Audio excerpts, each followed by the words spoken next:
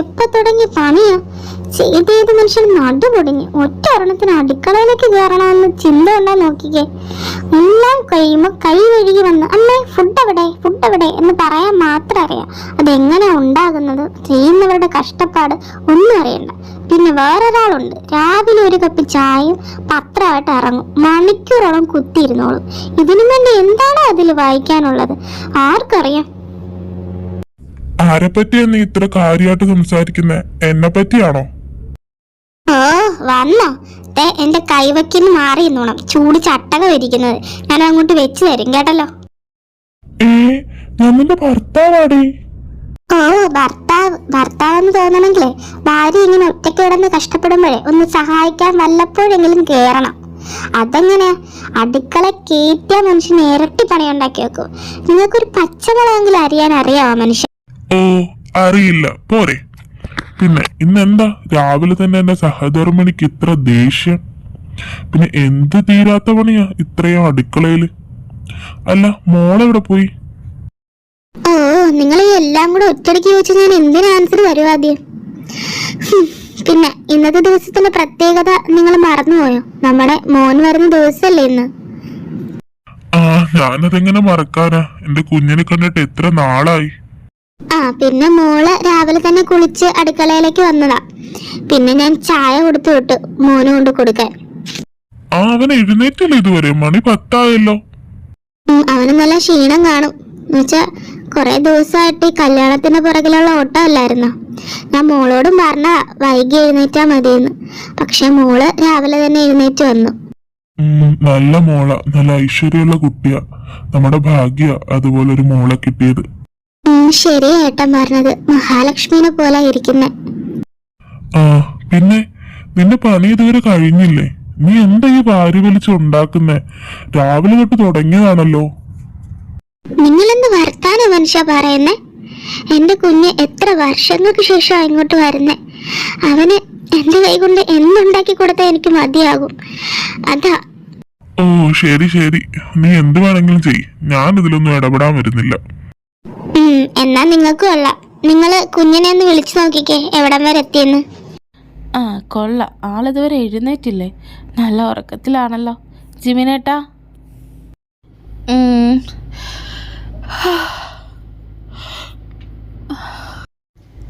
Hi my sweet darling, good morning. Morning. ജിമിനേട്ടന് എഴുന്നേക്കണമെന്നൊന്നുമില്ലേ?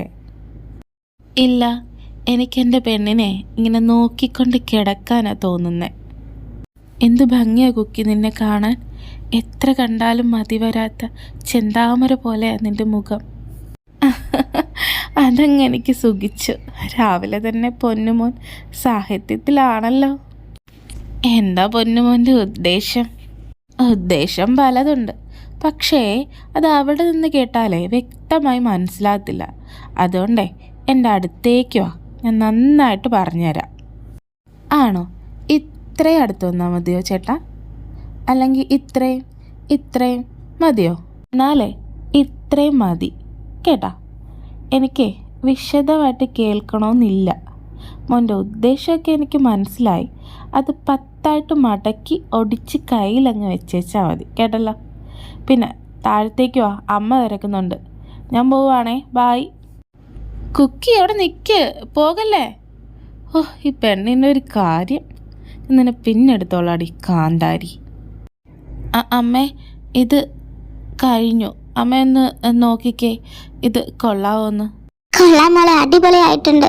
എന്റെ mock സൗന്ദര്യം മാത്രമല്ല കൈപുണ്യം ഉണ്ട്. എന്റെ കുഞ്ഞ് ഇതൊക്കെ എവിടുന്നാ പഠിച്ചേ? അതോ, അത് ഞാൻ യൂട്യൂബിൽ നോക്കി അമ്മ പഠിച്ചേ. അതിലെല്ലാം ഉണ്ടല്ലോ. ആണോ മോളെ? യൂട്യൂബിൽ നോക്കി ഇത്രയും ടേസ്റ്റ് ഉള്ള കറിയൊക്കെ ഉണ്ടാക്കാൻ പറ്റുമോ? എന്നാ അമ്മയ്ക്കതൊന്ന് കാണണമല്ലോ. അതെ അമ്മേ, അതിനൊന്നും ഞാനിപ്പോൾ കാണിച്ചു തരാമല്ലോ. അമ്മയുടെ ജോലി ഒതുങ്ങിയില്ലേ? എന്നാ ഞാൻ കാണിച്ചു തരാം. അമ്മ ഇത് കണ്ടോ? അമ്മയ്ക്ക് എന്തെങ്കിലും പാടുള്ള ഉണ്ടെങ്കിൽ ഇതിൽ നോക്കിയാൽ മതി, എല്ലാം വ്യക്തമായിട്ട് അറിയാൻ പറ്റും. ശരിയാ മോളെ, നന്നായിട്ട് മനസ്സിലാവുന്നുണ്ട്. ഇനി നമുക്ക് ഇത് നോക്കി എന്തെങ്കിലുമൊക്കെ വെറൈറ്റി ഉണ്ടാക്കാം. മോൻ വരുന്നതല്ലേ, അവന് കൊടുക്കാം. അമ്മേ, പിന്നെ ജിമിനേട്ടൻ്റെ ബ്രദർ ഞങ്ങളുടെ കല്യാണത്തിന് എന്താ വരാഞ്ഞേ? അത് മോളെ, അവൻ കല്യാണത്തിന് വരാനിരുന്നതാണ്. അപ്പോഴാണ് അവന്റെ കോഴ്സ് തീർന്നുള്ള ഗ്രാജുവേഷൻ പ്രോഗ്രാം അന്ന് തന്നെ കൊണ്ടുവച്ചത്. പിന്നെ നമുക്ക് ഡേറ്റ് മാറ്റാനും പറ്റത്തില്ലല്ലോ, ജിമിൻ മോന് തിരിച്ചു പോണ്ടല്ലേ. പിന്നെ മോള് അവനെ ജിമിന്റെ ബ്രദർ എന്ന് പറഞ്ഞ് ബുദ്ധിമുട്ടി വിളിക്കണ്ട. അവന്റെ പേര് എഡ്വിൻ എന്നാ. പിന്നെ അവന് വീട്ടിൽ വിളിക്കുന്നത് വി എന്നാ.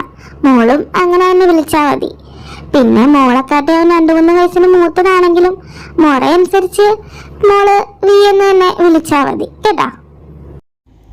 ശരി അമ്മേ. മോൻ വന്നു തോന്നുന്നു. മോള് പോയി ജിമിനെയും അച്ഛനെയും വിളിച്ചോണ്ടോ കേട്ടാ. അമ്മ പോയി നോക്കട്ടെ.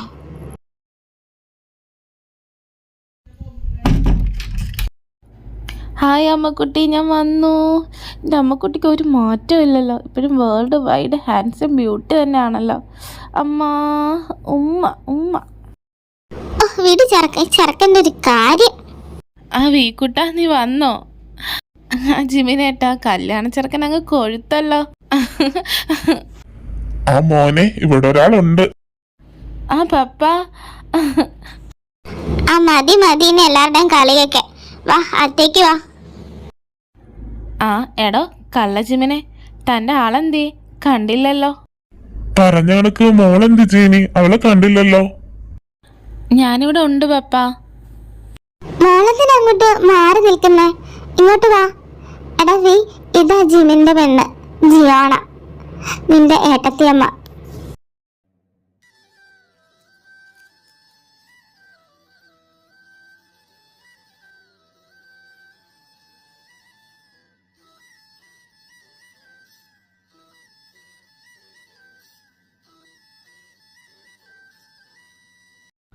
ഹായ് വി, യാത്രയൊക്കെ സുഖമായിരുന്നോ?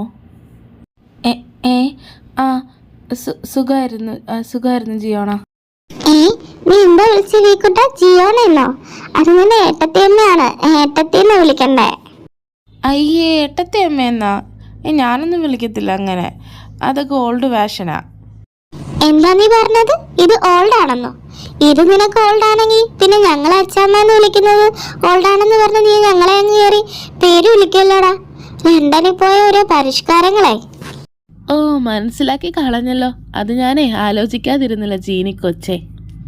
എന്താണ് നീ വിളിച്ചത്? ജീനി കൊച്ചെന്ന് കേട്ടോ വിളിച്ചത് നിന്നെ ഞാനിന്ന്. എൻ്റെ അമ്മ ഒന്ന് നിർത്ത്, അവന് ഇഷ്ടമുള്ള വിളിക്കട്ടെ.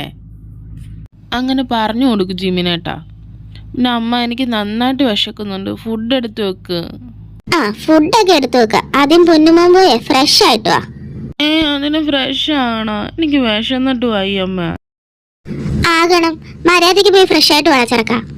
ഈ അമ്മയുടെ ഒരു കാര്യം, ഞാൻ പോവാ. എടി കുക്കി, ഇങ്ങോട്ടൊന്ന് വന്നേ, ഒരു കാര്യം പറയാനാ. എന്ത് കാര്യം?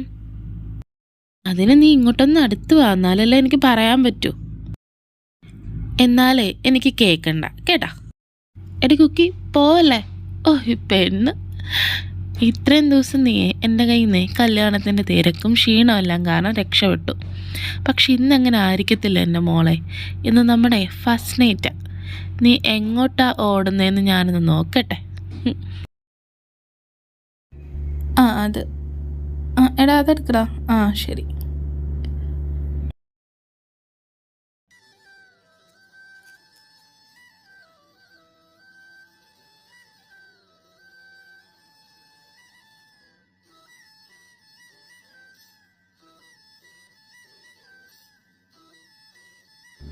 നല്ല ക്യൂട്ടായിട്ടുണ്ട് കഴിക്കുന്ന കാണാൻ.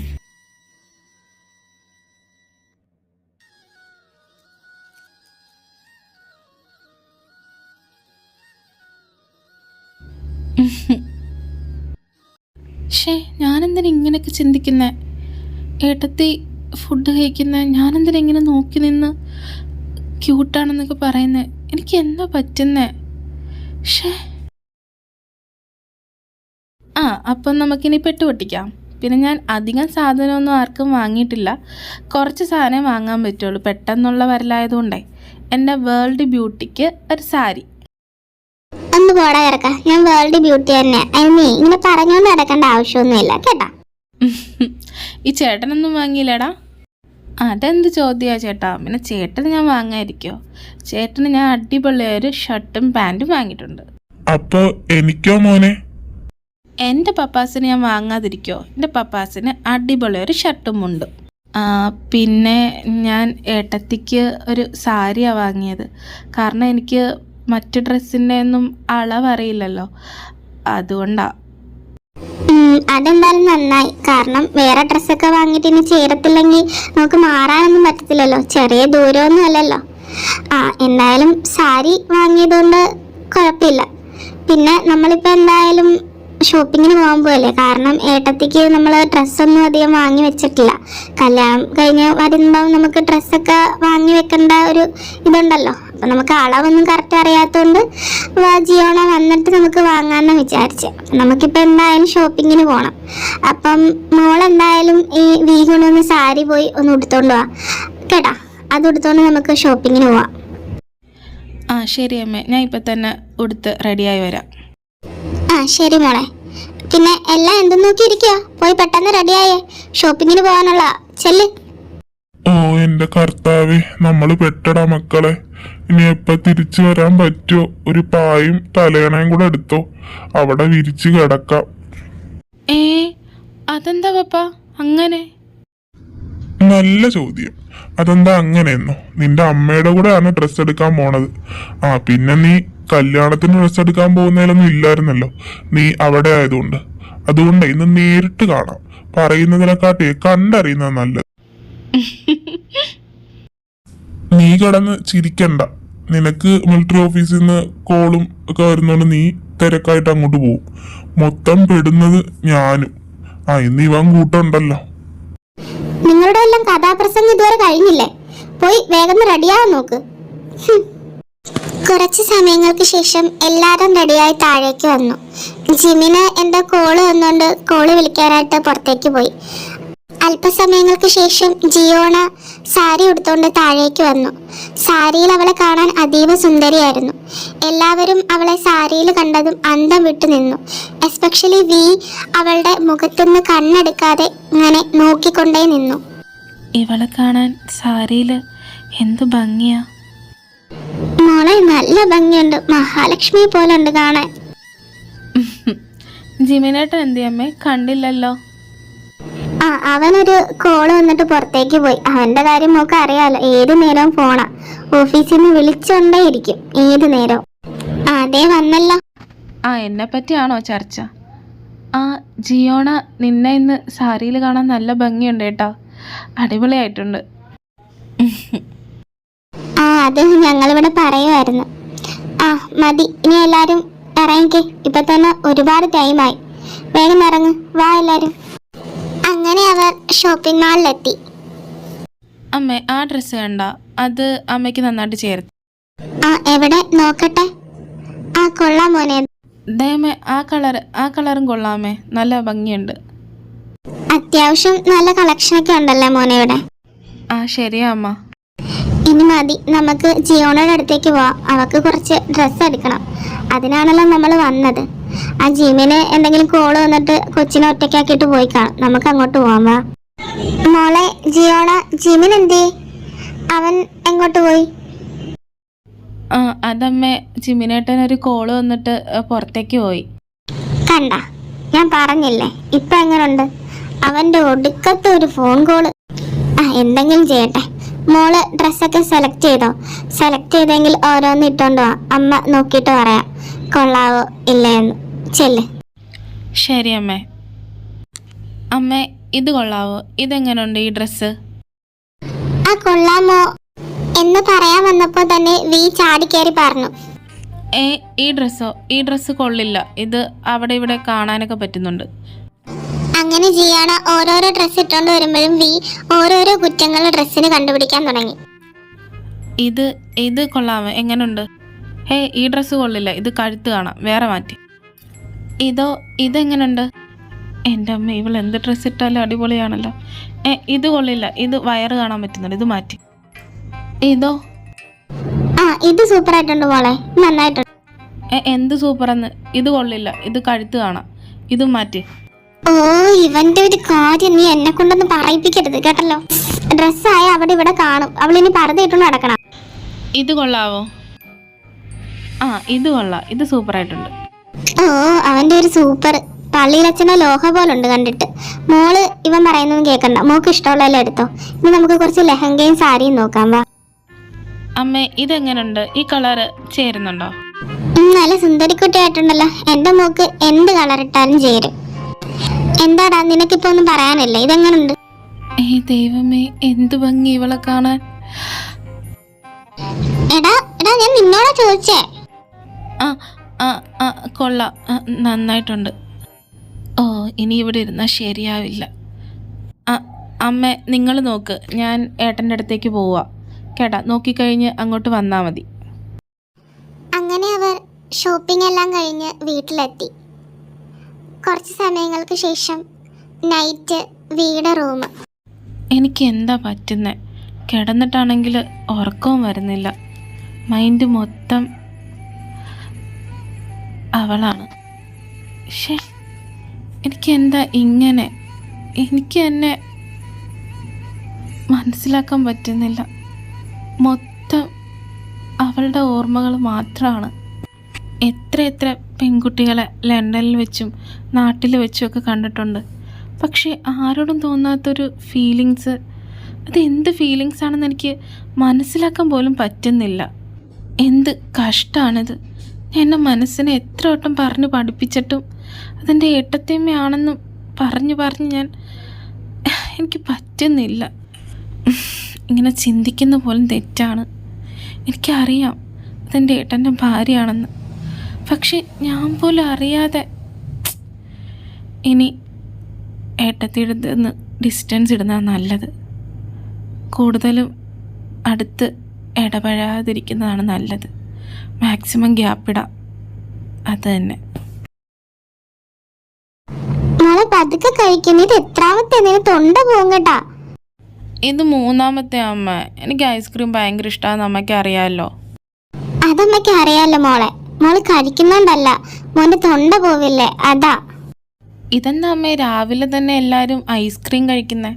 ഇപ്പം ചായക്ക് പകരം ഐസ്ക്രീമാണോ കൊടുക്കുന്നത്? ആ മോൻ എഴുന്നേറ്റോ? അതല്ല മോനെ, ഇന്നലെ ഐസ്ക്രീം വാങ്ങിച്ചോണ്ട് വന്നായിരുന്നല്ലോ. പിന്നെ നല്ല ലേറ്റായിട്ട് എത്തിയോണ്ട് ആരും ഇന്നലെ കഴിച്ചില്ല. അപ്പം ജിയോണയ്ക്ക് രാവിലെ ഐസ്ക്രീം കഴിക്കാൻ മോഹം, അതാ അവളെടുത്ത് കഴിക്കുന്നേ.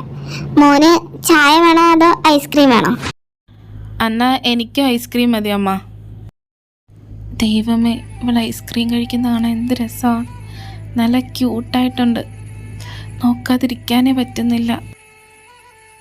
വേണ്ടവി നോക്കരുത്. പക്ഷേ എനിക്കെന്താ നോക്കാതിരിക്കാൻ പറ്റാത്ത? വേണ്ട, മൈൻഡ് മാറ്റ്.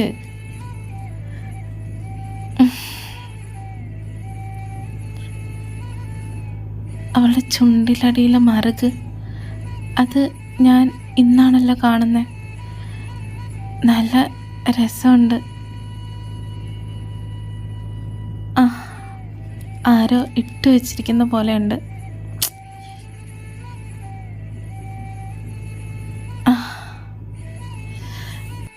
പക്ഷേ ഞാൻ എന്തൊക്കെയാണ് ചിന്തിക്കുന്നത്?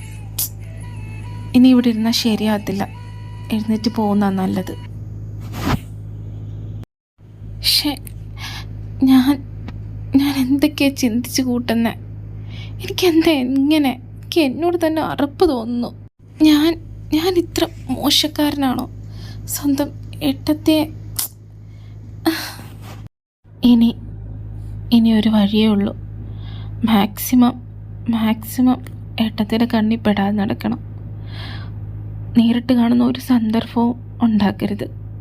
നാളെ മുതൽ പപ്പ ഓഫീസിൽ ചെല്ലാൻ പറഞ്ഞിരിക്കുന്നുണ്ട്. അത്രേ ആശ്വാസം. അത്രയും നേരം പിന്നെ ഫേസ് ചെയ്യണ്ടല്ലോ. പിന്നീട് അങ്ങോട്ട് ജിയോണെ മൊത്തത്തില് അവോയ്ഡ് ചെയ്യാൻ തുടങ്ങി. അവള് അങ്ങോട്ട് കയറി മിണ്ടാൻ വന്നാലും അവളെ മൈൻഡ് ചെയ്യാതെ എന്തെങ്കിലുമൊക്കെ പറഞ്ഞ് അവിടുന്ന് പെട്ടെന്ന് തന്നെ പോകും. പിന്നീട് അങ്ങോട്ട് ദിവസങ്ങൾ പോകുന്തോറും വിയും ജിയോണയും തമ്മിൽ ഫേസ് ചെയ്യുന്നത് തന്നെ വളരെ വിരളമായി. അതിനുശേഷം അങ്ങനെ കണ്ടുമുട്ടുന്നത് പോലും ഇല്ലാതായി. കാരണം വി മൊത്തം ഓഫീസിൽ ജോലിയിലെ തിരക്കും മറ്റു കാര്യങ്ങളുമായിരുന്നു. അവൻ രാത്രി ഒത്തിരി ലേറ്റായിട്ട് മിഡ് നൈറ്റിൽ വരും, അതുപോലെ തന്നെ രാവിലെ തന്നെ എഴുന്നേറ്റ് പോകും. പിന്നെ വി അതൊക്കെ പതുക്കെ പതുക്കെ മറക്കാൻ തുടങ്ങി. പിന്നെ ഓഫീസിലെ വർക്കും എല്ലാത്തിലുമൊക്കെ കൂടുതൽ കോൺസെൻട്രേറ്റ് ചെയ്യാൻ തുടങ്ങി. ഇതിൻ്റെ ഇടയിൽ ജിമിൻ ലീവ് കഴിഞ്ഞ് മിലിറ്ററിയിലേക്ക് തന്നെ തിരിച്ചുപോയി. ജിമിൻ മിലിറ്ററിയിലെ ഒരു ഉദ്യോഗസ്ഥനാണ്, അതായത് ക്യാപ്റ്റനാണ്. അങ്ങനെ ദിവസങ്ങൾ, ആഴ്ചകൾ, മാസങ്ങൾ കടന്നു പോയിക്കൊണ്ടേയിരുന്നു. അങ്ങനെ ഇരിക്കെ ഒരിക്കൽ വീട്ടിലേക്കൊരു ഫോൺ കോൾ വന്നു.